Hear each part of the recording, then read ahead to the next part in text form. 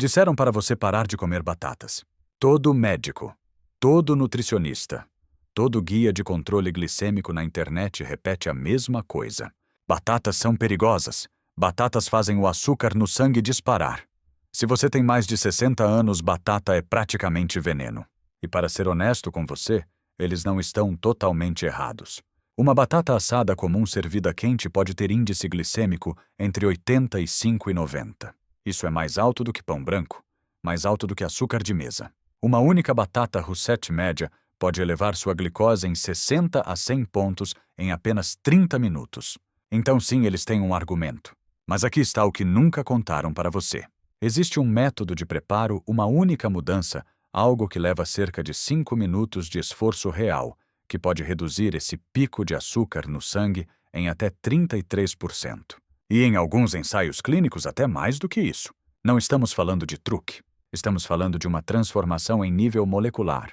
O próprio amido muda fisicamente de estrutura. Suas enzimas digestivas literalmente deixam de conseguir quebrá-lo da mesma forma. E essa é a parte que mais me incomoda. Isso não é novidade. Essa pesquisa está publicada há mais de uma década. Lund University, European Journal of Clinical Nutrition. Estudos revisados por pares. Resultados repetíveis. Ciência sólida. Mesmo assim, a maioria dos médicos nunca menciona isso. Não porque estejam escondendo alguma coisa, mas porque uma consulta de 15 minutos não tem espaço para a química dos alimentos. Então, esta noite eu vou mostrar a você 7 métodos do pior ao melhor, que mudam a forma como a batata afeta o seu açúcar no sangue. 7 métodos, todos apoiados por pesquisa publicada. E o método número 1, o melhor desta lista, altera a batata em nível estrutural. Sinceramente, eu raramente vi algo assim. E a verdade começa agora. Agora, antes de entrarmos nos 7 métodos, você precisa entender o que realmente acontece dentro do seu corpo quando você come uma batata. Porque quando você enxergar isso com clareza, tudo o resto vai fazer sentido imediato. Então imagine a cena. Você se senta, come uma batata assada quente. O gosto é bom, nada parece errado. Mas por dentro, é caos. Dentro de cerca de 15 minutos, a glicose começa a invadir a sua corrente sanguínea. Não é um fluxo leve, é uma enxurrada. Aos 30 minutos, sua glicose pode subir entre 60 e 100 pontos. Agora o seu pâncreas entra em ação. Ele começa a liberar grandes quantidades de insulina para tentar puxar esse número de volta para baixo. Mas aqui está o problema, e essa é a parte que quase ninguém explica para pessoas acima dos 60 anos. Com o envelhecimento, suas células ficam menos sensíveis à insulina. Isso se chama resistência à insulina. Ou seja, a insulina ainda está lá, mas as células não respondem da mesma forma. Elas não abrem a porta com a mesma eficiência. Então a glicose permanece no sangue, circulando, sem destino. E enquanto ela fica ali, ela causa dano. Dano aos vasos sanguíneos, dano aos rins, dano aos olhos. Tudo isso vindo de uma única refeição aparentemente simples. E a parte seguinte pode ser ainda pior. Depois de 2 a 3 horas, toda aquela insulina que foi liberada finalmente alcança o efeito máximo. E muitas vezes, ela passa do ponto. A glicose cai abaixo do normal. Agora você entra em hipoglicemia reativa. Você começa a sentir tremor, fraqueza, fome intensa, desejo por mais carboidrato. E o ciclo recomeça. Pico, queda, desejo, repetição. Isso é o que chamamos de montanha-russa glicêmica. E não é apenas desconfortável, é destrutivo. Porque cada pico de glicose exige uma resposta do pâncreas. E com o tempo, esse esforço repetido começa a cobrar um preço. Existe um termo para isso: exaustão das células beta. As células beta são responsáveis por produzir insulina. E quando elas são forçadas a trabalhar em excesso repetidamente por anos, elas começam a falhar. Elas não se regeneram facilmente. E eventualmente não conseguem mais acompanhar a demanda. Agora pense nisso com calma. Mesmo que você nunca tenha sido diagnosticado com diabetes, se você tem mais de 60 anos, seu pâncreas já passou por décadas desse processo. Décadas de picos de glicose, décadas de respostas de insulina, décadas de desgaste. E cada vez que você come uma batata quente sem nenhum preparo estratégico, você está pedindo para esse sistema já cansado correr mais uma vez. E chega um momento em que ele não consegue mais correr. É quando você vai ao médico e ouve: seus números estão subindo. Precisamos considerar medicação. Mas agora vem a pergunta mais importante de todo esse vídeo: e se você pudesse comer o mesmo alimento, a mesma batata, e mudar completamente a forma como seu corpo reage a ela. E se, em vez de um sprint metabólico, você transformasse isso em uma caminhada controlada? É exatamente isso que estamos prestes a fazer. Mas antes, você precisa entender por que a batata especificamente causa esse efeito tão agressivo. Porque não é apenas carboidrato. Existe algo específico na estrutura dela. E isso muda tudo. Agora vamos à razão pela qual a batata pode ser tão agressiva para a glicose no sangue. E isso começa com o tipo de amido que existe dentro dela. A batata é dominada por uma molécula chamada amilopectina. E a amilopectina tem uma característica que a torna metabolicamente problemática. Ela é altamente ramificada. Isso significa que ela tem uma área de superfície enorme. E quanto maior a superfície, mais pontos de ataque suas enzimas digestivas têm à disposição. Resultado: elas conseguem quebrar esse amido extremamente rápido, muito mais rápido do que a maioria das pessoas imagina. É por isso que a glicose da batata quente entra no sangue como um trem desgovernado. Agora compare isso com outro tipo de amido, amilose. A amilose é mais linear, mais compacta, muito mais difícil para as enzimas acessarem. Ela não se desfaz com a mesma facilidade.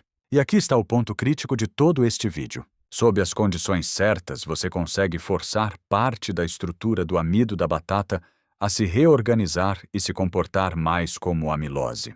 Ou seja, você consegue tornar a batata mais difícil de digerir rapidamente. E isso é exatamente a base científica por trás de todos os métodos que vou te mostrar. Cada técnica desta lista faz em essência a mesma coisa. Ela desacelera a velocidade com que o amido se transforma em glicose. Algumas fazem isso um pouco. Uma delas faz isso de forma dramática. Então agora vamos começar a lista. Do método mais fraco até o mais poderoso de todos. Método número 7. O mais fraco da lista. E honestamente, o que mais me frustra? Apenas comer uma porção menor. Você já ouviu isso. Seu médico provavelmente já disse isso. Um pouquinho não faz mal. Só controle a quantidade. E olha, matematicamente isso não está errado. Se você come meia batata em vez de uma inteira assim, você está consumindo menos carboidrato total.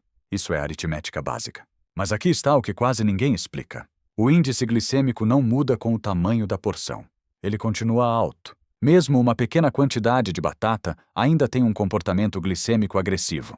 O que muda é a carga glicêmica, não a natureza do alimento. E para alguém com resistência à insulina, isso faz toda a diferença. Porque mesmo uma carga glicêmica moderada, vinda de um alimento com alto índice glicêmico, ainda pode gerar uma resposta desproporcional. Pense assim: se alguém te oferece um copo cheio de gasolina ou meio copo, continua sendo gasolina. O problema não é apenas a quantidade, é o tipo de substância. Com batata é parecido. Uma porção menor ainda gera pico, só que um pouco menor. E para a maioria das pessoas acima dos 60 anos, um pouco menor não é suficiente. Então, por que esse método está na lista? Porque é melhor do que nada. E porque ele representa o ponto onde a maioria das orientações médicas para. Coma menos. E só. Para muitos isso é o plano completo. Mas para quem tem resistência à insulina, isso é insuficiente. É como tentar lidar com um teto que está vazando colocando menos baldes no chão. Ajuda. Sim. Resolve? Não. Agora vamos trazer isso para a vida real. Você está em um almoço de família. Tem batata na mesa. Você não consegue evitar. Nesse caso, reduzir a porção é o mínimo que você pode fazer. É o cinto de segurança. Não evita o impacto, mas pode reduzir o dano. Aqui vai uma orientação prática se você estiver nessa situação. Limite-se a cerca de 1/4 de xícara, aproximadamente do tamanho de uma bola de golfe. E nunca coma batata sozinha. Sempre combine com outros alimentos. Algo que vamos aprofundar nos próximos métodos. Agora, em termos de eficácia, esse método oferece algo em torno de 10% a 15% de redução na carga total de glicose, mas não reduz significativamente o pico em si. E é por isso que ele está no último lugar, porque nós podemos fazer muito melhor do que isso. E o próximo método já começa a mudar não apenas a quantidade, mas a forma como o seu corpo processa a batata. Método número 6. Comer a batata com a casca. Parece simples demais, mas existe uma lógica metabólica real por trás disso. A casca da batata contém fibra. Não é uma quantidade enorme, cerca de 2 gramas por batata média. Mas o que essa fibra faz é mais importante do que a quantidade em si. Ela cria uma espécie de barreira física. Uma camada externa que dificulta o acesso das enzimas digestivas ao amido que está dentro. Pense nisso como um invólucro, uma embalagem. Se você tem um alimento completamente exposto, suas enzimas entram em contato imediatamente. Mas quando existe uma camada de proteção, o processo fica mais lento. Agora imagine isso acontecendo no seu sistema digestivo. Quando você come a batata com a casca, essa fibra se mistura com o amido durante a digestão. E isso desacelera a forma como a glicose é liberada. Não é uma mudança dramática, mas é mensurável. Alguns estudos mostram uma redução de cerca de 10% a 12% na resposta glicêmica quando comparado com batata descascada. Agora aqui está um detalhe interessante que muita gente não sabe. O tipo de batata também influencia. Batatas vermelhas tendem a ter um pouco mais de fibra na casca do que batatas Rousset. Batata doce, se você realmente consumir a casca, pode ter ainda mais. Mas o princípio é o mesmo. A casca atua como um freio físico no processo digestivo. Agora deixa eu te contar algo que ilustra bem isso. Uma pessoa me escreveu recentemente. 72 anos. Ela disse que passou a vida inteira descascando batata. Sempre. Até que viu esse tipo de informação e decidiu testar. Ela começou a comer com a casca. Nada mais mudou. E o que ela relatou foi simples. Não foi uma diferença enorme, mas foi consistente. E é exatamente assim que o controle glicêmico funciona depois dos 60. Não é uma única mudança milagrosa. São várias pequenas mudanças consistentes que, somadas, alteram o resultado. Agora aqui vai um ponto crítico que muita gente ignora. Purê de batata é uma das piores formas possíveis de consumir batata, porque você remove a casca. E não só isso. Você destrói completamente a estrutura celular do alimento. Você praticamente faz uma pré-digestão mecânica. O corpo quase não precisa trabalhar para quebrar aquilo. Resultado: absorção extremamente rápida. Pico glicêmico máximo. Purê de batata tem índice glicêmico na faixa de 87 a 90. Mais alto do que muitas sobremesas. E purê instantâneo. Pior ainda, ali a estrutura natural do amido já foi completamente alterada antes mesmo de chegar ao seu prato. Então aqui vai a regra prática. Se você vai comer batata, mantenha a casca. Batata assada com casca. Batata rústica no forno. Cubos de batata com azeite assados com casca. Evite descascar, amassar, ultraprocessar. Agora algo importante de lembrar: esse método sozinho não resolve o problema, mas ele se soma aos outros, e essa ideia de combinação é essencial. Porque conforme avançamos na lista, você vai perceber que o verdadeiro poder não está em uma única técnica. Está na forma como elas se acumulam. E o próximo método já dá um salto significativo. Porque agora não vamos mais mexer só na batata. Vamos mexer no contexto da refeição inteira. Método número 5. E é aqui que as coisas começam a ficar realmente interessantes. Porque agora não estamos mais falando apenas da batata em si. Estamos falando do que você come junto com ela. Pense na última vez que você comeu batata. Ela estava sozinha no prato? Provavelmente não. Mas muitas vezes ela acaba sendo o centro da refeição de um jeito perigoso. Batata assada carregada. Batata frita como acompanhamento principal. Hash browns no café da manhã com pão e suco. E aqui está o problema.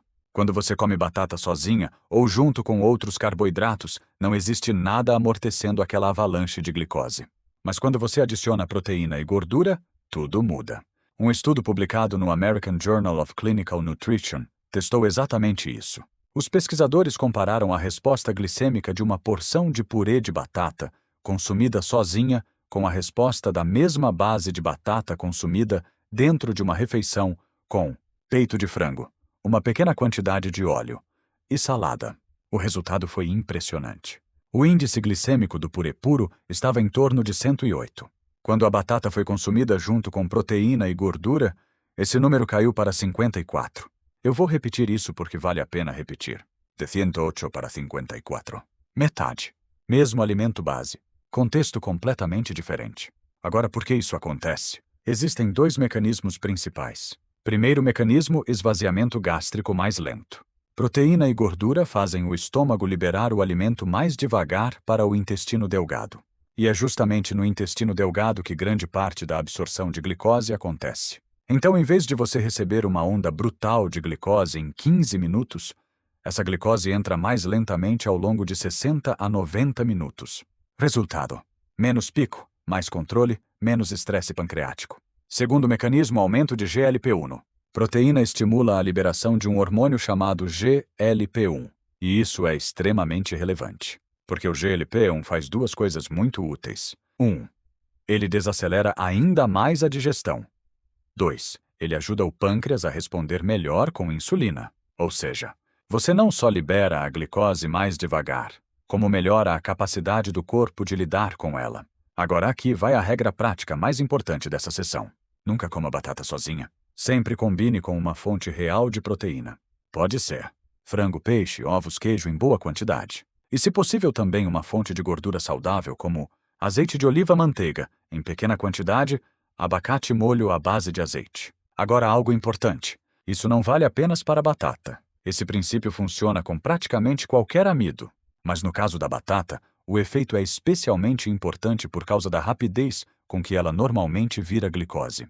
Agora não se acomode ainda, porque o próximo método pega essa lógica e leva para um nível ainda mais forte. E honestamente, quando eu vi a pesquisa sobre isso pela primeira vez, eu também duvidei, porque parecia dica de avó. Mas não era. Era ciência sólida.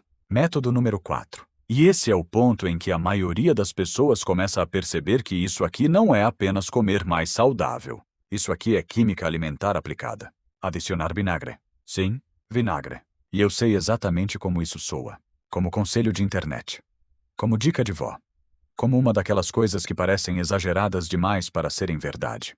Mas aqui está o problema. A ciência não concorda com o ceticismo. Porque o vinagre, mais especificamente o ácido acético, tem um efeito real mensurável e repetidamente observado sobre a resposta glicêmica da batata. E uma das pesquisas mais interessantes sobre isso veio da Lund University, na Suécia. Os pesquisadores compararam diferentes formas de consumir batata, incluindo versões frias e combinações com molho à base de óleo e vinagre. E o que encontraram foi extremamente claro. Quando o ácido acético entrava em cena, a resposta glicêmica caía. Agora por quê? Existem pelo menos 3 mecanismos relevantes aqui. Mecanismo 1. O ácido acético desacelera a digestão do amido. Esse é o primeiro e talvez o mais intuitivo. O ácido acético parece reduzir a atividade de enzimas como a alfa-amilase, que ajudam a quebrar o amido em glicose. Isso significa que o amido da batata é degradado mais devagar. Menos glicose liberada de uma vez. Menos pico, menos caos metabólico. Agora pense no que isso significa. Você não está cancelando o carboidrato. Você está apenas forçando o corpo a lidar com ele em um ritmo mais humano. E para alguém com resistência à insulina, isso é enorme. Mecanismo 2. O vinagre desacelera o esvaziamento gástrico. Esse é outro ponto crítico. O vinagre também parece retardar a velocidade com que o estômago esvazia seu conteúdo para o intestino. E como já falamos antes, menos velocidade significa menos explosão glicêmica. A batata ainda está lá. O amido ainda está lá. Mas o corpo recebe isso de forma muito mais controlada. Mecanismo 3. O ácido acético pode melhorar a sensibilidade à insulina. E agora chegamos à parte mais interessante. Algumas pesquisas sugerem que o ácido acético pode melhorar a forma como os músculos respondem à insulina. Ou seja, não é só sobre fazer a glicose subir menos. É também sobre ajudar o corpo a removê-la melhor depois. E isso muda o jogo. Agora vamos trazer isso para o mundo real. Como você usa isso sem transformar a refeição em um experimento de laboratório? Na verdade é simples. Opção 1. Vinagre diluído antes da refeição. Uma forma prática é consumir uma colher de sopa de vinagre diluída em um copo grande de água cerca de 10 a 15 minutos antes da refeição com batata. Sempre diluído. Nunca purô. Isso é importante para proteger dentes, garganta e estômago. Opção 2. Usar como molho. Essa é para muita gente a forma mais fácil. Faça um molho simples com azeite de oliva, vinagre, sal, ervas e use sobre salada ou até sobre a própria batata. Simples, funcional, sem complicação. Agora aqui vai um ponto importante. Vinagre não é licença para comer qualquer quantidade de batata do jeito que quiser. Ele ajuda.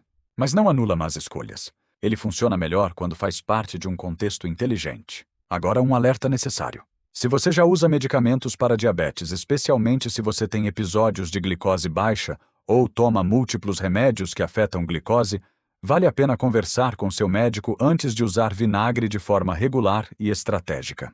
Porque sim, ele pode ter efeito real. E efeito real exige respeito. Agora aqui está o motivo pelo qual esse método ficou tão alto na lista.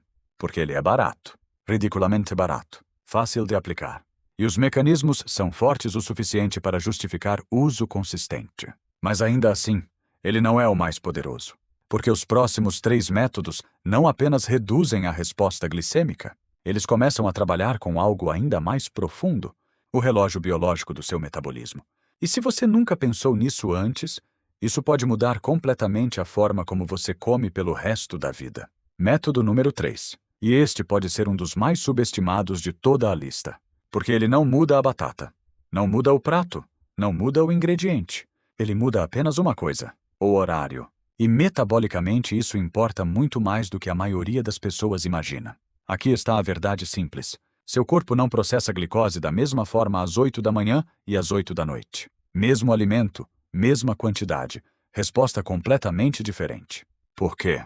Porque sua sensibilidade à insulina muda ao longo do dia. Ela segue um ritmo biológico, um relógio interno. E na maioria das pessoas, esse sistema funciona melhor no começo do dia, especialmente pela manhã e no início da tarde. É nesse período que seu corpo tende a lidar melhor com carboidratos. Mais eficiência, melhor resposta, menor pico. Mas conforme o dia avança, esse sistema começa a piorar. À noite, o corpo se torna metabolicamente mais teimoso. A glicose tende a subir mais. A insulina tende a funcionar pior. E a mesma batata que talvez fosse razoavelmente tolerável no almoço, pode se tornar uma bomba glicêmica no jantar. Agora pense em quantas pessoas fazem exatamente o oposto. Passam o dia comportadas e à noite comem batata, arroz, pão, sobremesa. Tudo isso justamente no momento em que o corpo está menos preparado para lidar com glicose. Agora aqui está a parte mais importante para quem tem mais de 60 anos. Esse efeito do relógio biológico não desaparece com a idade. Na verdade, ele tende a ficar ainda mais evidente. Porque com o envelhecimento a flexibilidade metabólica diminui. O corpo perde capacidade de compensação. Ou seja, se você já está com resistência à insulina e ainda por cima come batata à noite, você está escolhendo o pior cenário possível. Agora isso significa que você nunca mais pode comer batata no jantar? Não necessariamente. Mas significa que se você tiver escolha, o melhor momento para comer batata é no café da manhã tardio ou no almoço. E isso sozinho já pode reduzir bastante a agressão glicêmica. Aqui vai a regra prática mais simples desta sessão. Se for comer batata, coma antes das 15 horas. Isso não é mágica. É cronobiologia. Agora algo interessante. Muitas pessoas que começam a mover seus carboidratos para mais cedo no dia relatam algo curioso. Menos sonolência à noite. Menos fome noturna. Melhor glicose ao acordar. E isso faz sentido. Porque você para de sobrecarregar o metabolismo justamente no momento em que ele quer desacelerar. Agora aqui está o motivo pelo qual esse método ficou em terceiro lugar. Porque ele não exige comprar nada. Não exige cozinhar diferente. Não exige suplemento. Só exige timing. Mas mesmo assim, a maioria das pessoas nunca recebe essa orientação. Porque quase ninguém fala sobre glicose no contexto do relógio biológico. E isso é um erro. Agora, se você combinar esse método com os anteriores, você já começa a transformar completamente a forma como a batata age no seu corpo. Mas os dois próximos métodos ainda são mais fortes. Porque agora não vamos mexer apenas em quanto como ou quando você come, vamos mexer em qual ordem a comida entra no seu corpo. E isso surpreendentemente muda muito mais do que deveria. Método número 2. E honestamente esse é um daqueles métodos que parece simples demais para ser tão poderoso. Mas é, porque ele não muda o que você come. Ele muda a ordem em que você come. E essa pequena mudança pode alterar drasticamente o que acontece com a sua glicose. Isso tem nome: food sequencing, ou em português, claro, sequenciamento alimentar. A regra é simples. Primeiro você come os vegetais, depois a proteína. E só então os carboidratos, neste caso a batata. Agora eu quero que você perceba o quão absurdo isso é. Mesma refeição, mesma comida, mesmas calorias, mesma quantidade de carboidrato. Única diferença: a ordem. E ainda assim a resposta glicêmica pode cair de forma muito significativa. Agora vamos aos dados. Um estudo publicado em Diabetes Care mostrou que comer vegetais e proteína antes dos carboidratos reduziu fortemente os picos de glicose pós-prandial. E pesquisas mais recentes, incluindo dados de 2025, continuam reforçando esse mesmo padrão. Além disso, estudos japoneses de longo prazo observaram algo ainda mais interessante. Pessoas que naturalmente adotavam esse padrão de ordem alimentar tendiam a apresentar melhor controle glicêmico ao longo do tempo. Agora, por que isso acontece? Existem algumas razões importantes. Razão 1: vegetais criam uma barreira digestiva. Quando você começa a refeição com vegetais ricos em fibra, essa fibra forma uma espécie de camada no trato digestivo. Não é uma parede literal, claro, mas metabolicamente funciona quase assim. Ela desacelera a velocidade com que o restante da refeição é processado. Então, quando a batata finalmente chega, ela não entra em um sistema vazio e desprotegido. Ela entra em um ambiente já amortecido. Razão 2. Proteína prepara o sistema hormonal. Quando você come proteína antes do carboidrato, o corpo começa a liberar hormônios digestivos e metabólicos que melhoram a resposta glicêmica. Entre eles, GLP-1 e outros sinais que ajudam tanto no esvaziamento gástrico quanto na resposta da insulina. Ou seja, você está literalmente preparando o corpo para lidar melhor com a glicose antes que ela chegue em força total. Razão 3. Você desacelera a refeição inteira. Existe ainda um efeito comportamental importante. Quando você começa com salada, legumes ou proteína, você naturalmente come mais devagar. E isso por si só já melhora a resposta glicêmica. Porque a velocidade com que você come também influencia a velocidade com que a glicose aparece no sangue. Agora aqui vai a regra prática mais útil de todo este método. Se sua refeição tiver batata, siga esta ordem. Ordem ideal. 1. Vegetais primeiro, salada, brócolis, couve, pepino, legumes, folhas. 2. Proteína depois, frango, peixe, ovos, carne, queijo, iogurte grego sem açúcar. 3. Batata por último. É isso. Sem matemática complicada. Sem AP. Sem suplemento. Sem custo extra. Apenas ordem. Agora pense no que isso significa para alguém acima dos 60 anos. Você não precisa eliminar todos os carboidratos. Você não precisa viver em guerra com a comida. Você só precisa parar de dar vantagem ao pico glicêmico. E quando você come batata primeiro, é exatamente isso que você faz. Você entrega a glicose de bandeja para um sistema que já está mais lento. Agora, algo muito importante. Esse método funciona ainda melhor quando combinado com os anteriores. Imagine esta sequência. Batata com casca consumida com proteína e gordura mais cedo no dia com um pouco de vinagre e ainda por cima comida por último. Agora você não está mais apenas comendo batata. Você está controlando a química inteira da refeição. E isso muda completamente o jogo. Mas antes de chegarmos ao método número 1, eu preciso te mostrar algo extremamente importante. Porque muita gente tenta aplicar tudo isso. E mesmo assim estraga o resultado por causa de erros bobos. Erros silenciosos. Erros que parecem inofensivos, mas que anulam quase todo o benefício. E você precisa conhecer esses erros antes de aprender a técnica mais poderosa de todas. Antes de irmos para o método número 1, eu preciso te mostrar algo que honestamente destrói mais resultados do que qualquer outra coisa. Porque muita gente aprende algumas dessas estratégias, tenta aplicar por alguns dias e depois diz: não funcionou. Mas na maioria das vezes o problema não está no método. Está nos erros silenciosos que acontecem junto. Então aqui estão os 4 erros mais comuns, e você precisa prestar atenção neles. Erro número 1: combinar batata com bebidas açucaradas. Esse é o mais óbvio, e ao mesmo tempo um dos mais ignorados. Você pode fazer tudo certo com a batata, cozinhar melhor, comer com proteína, seguir a ordem correta. E então beber. Refrigerante, suco de fruta, chá, adoçado, bebidas naturais, cheias de açúcar. E pronto. Você acabou de adicionar uma segunda onda de glicose ao sistema. Agora, em vez de um pico, você tem 2. Um vindo da batata, outro vindo da bebida.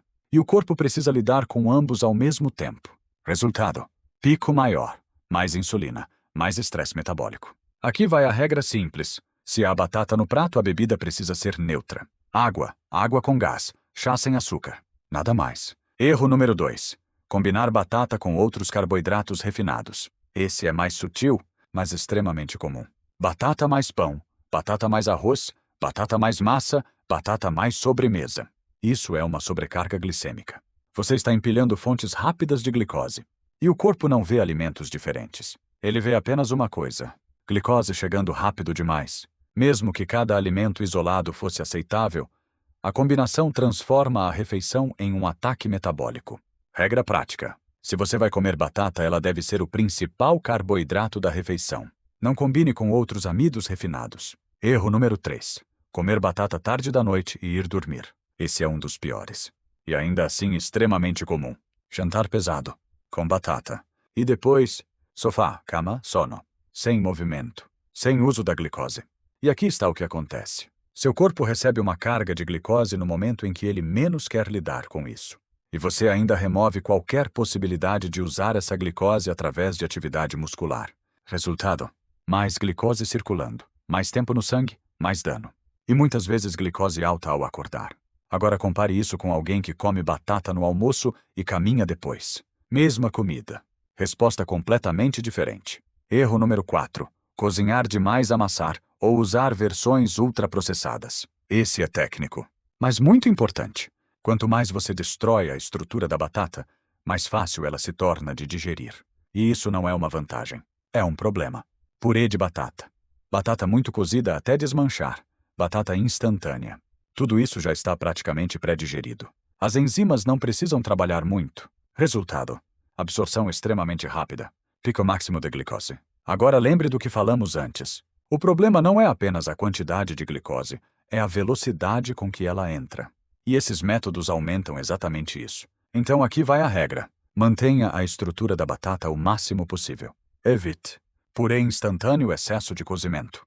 Prefira assado cozido firme em pedaços. Agora, se você evitar esses 4 erros e aplicar os métodos anteriores, você já está muito à frente da maioria das pessoas. Mas ainda falta a peça mais poderosa de todas. A que muda a própria estrutura do amido. A que transforma a batata de algo que entra como glicose rápida em algo que o corpo trata de forma completamente diferente.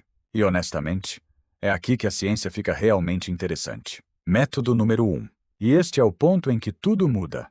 Porque agora não estamos apenas desacelerando a digestão. Não estamos apenas ajustando o contexto. Nós estamos alterando a estrutura do próprio amido. O método é simples: cozinhar, esfriar e depois reaquecer. É isso. Mas o que acontece dentro da batata durante esse processo é extraordinário. Etapa 1: gelatinização. Quando você cozinha a batata, seja fervendo, assando ou cozinhando no vapor, o amido dentro dela passa por um processo chamado gelatinização. As moléculas de amido absorvem água. Elas incham. Se tornam mais acessíveis, mais fáceis de digerir. É por isso que a batata quente causa aquele pico glicêmico rápido. Porque o amido está totalmente exposto. Totalmente disponível. Etapa 2: retrogradação. Agora vem a parte interessante. Quando você deixa essa batata esfriar, especialmente por algumas horas ou durante a noite na geladeira, algo acontece. As moléculas de amido começam a se reorganizar. Elas se alinham, se compactam, formam estruturas mais estáveis. Esse processo se chama retrogradação. E o resultado dessa transformação é algo chamado amido resistente tipo 3R-esse3. O que é o amido resistente? O nome já diz tudo. Resistente. Ele resiste à digestão no intestino delgado. Ou seja, ele não se transforma rapidamente em glicose. Ele não gera aquele pico agressivo. Ele passa praticamente intacto pelo intestino delgado e chega ao intestino grosso. E lá ele faz algo ainda mais interessante: o papel da microbiota. No intestino grosso, esse amido resistente serve de alimento para as bactérias boas. E durante esse processo são produzidos compostos chamados ácidos graxos de cadeia curta, especialmente butírato. E o butirato tem efeitos extremamente positivos: melhora a saúde intestinal, reduz a inflamação, pode melhorar a sensibilidade à insulina. Ou seja, você não apenas reduz o pico de glicose, você também melhora o ambiente metabólico de forma mais ampla. Evidência científica. Diversos estudos mostraram que o processo de resfriamento aumenta significativamente o teor de amido resistente em alimentos ricos em amido, incluindo batata. E o mais interessante: quando você consome essa batata resfriada, a resposta glicêmica é significativamente menor. Menos pico, menos insulina, mais estabilidade. Agora vem a parte que surpreende muita gente. E se você reaquecer, você poderia pensar: se eu esquentar de novo, não vou perder esse efeito. E a resposta é: não completamente. Uma parte do amido resistente permanece, mesmo após o reaquecimento. Ou seja, você pode cozinhar, resfriar e depois aquecer novamente, e ainda manter boa parte do benefício. Isso torna o método extremamente prático. E se repetir o processo, aqui vai um detalhe avançado. Algumas evidências sugerem que ciclos repetidos de cozinhar seta esfriar seta reaquecer podem aumentar ainda mais a formação de amido resistente. Ou seja, o efeito pode ser cumulativo. Agora pense no que isso significa.